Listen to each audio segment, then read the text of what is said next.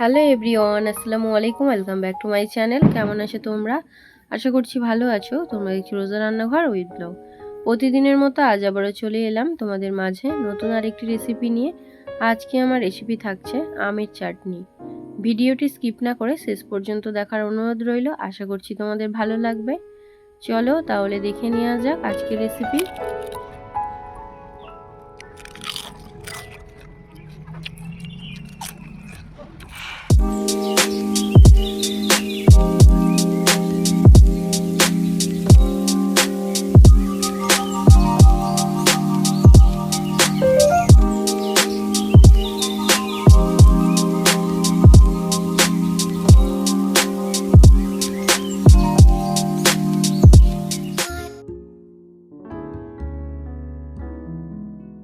আজকে বানাবো আমের চাটনি। তার জন্য গাছ থেকে আম পেড়ে নিয়েছি। এদিকে সব মশলাও নেওয়া হয়ে গিয়েছে। এবারে আমগুলো কেটে নেব।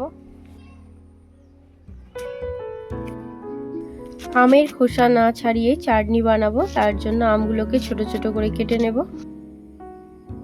তোমরা তোমাদের পছন্দ মতো কেটে নিতে পারো, ছোট বা বড়।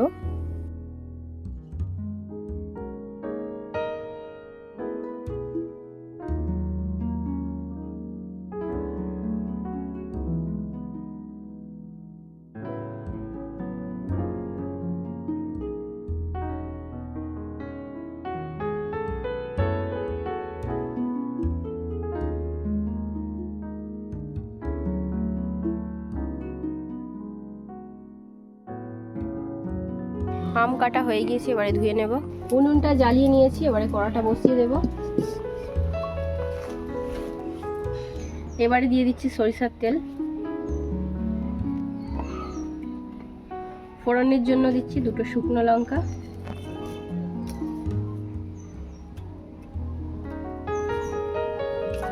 তেজপাতা, কালা জিরে, মৌরি, সরষে।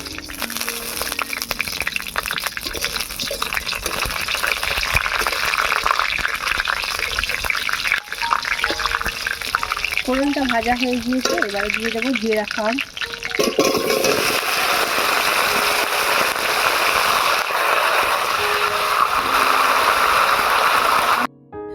এবারে দিয়ে দিচ্ছি নুন, আর দিয়ে দেব হলুদ গুঁড়ো। নুন হলুদ গুঁড়ো দেওয়া হয়ে গিয়েছে, এবার এই আমটাকে তেলের মধ্যে ভেজে নেব।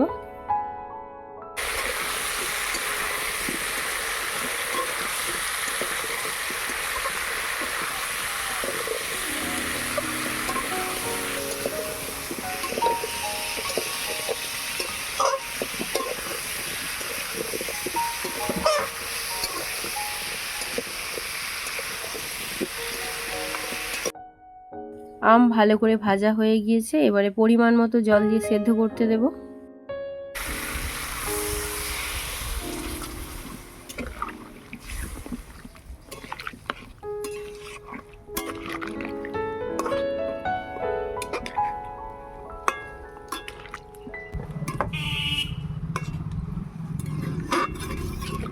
পরিমাণ মতো জল দিয়ে দিয়েছি, এবারে ঢাকা দিয়ে সেদ্ধ করতে দেব।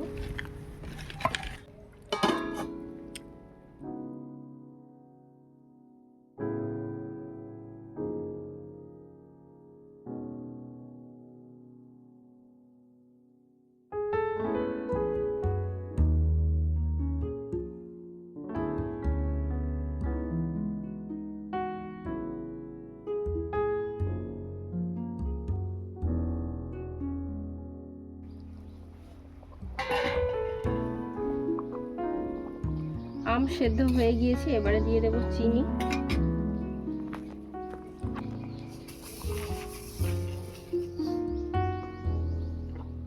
আর দিয়ে দিচ্ছি কাজু কিশমিশ।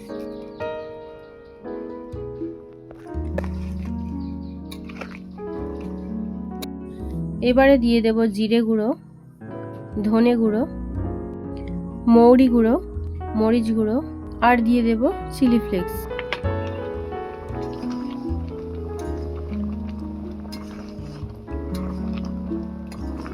এই অবস্থায় চাটনিটা নামিয়ে নেব।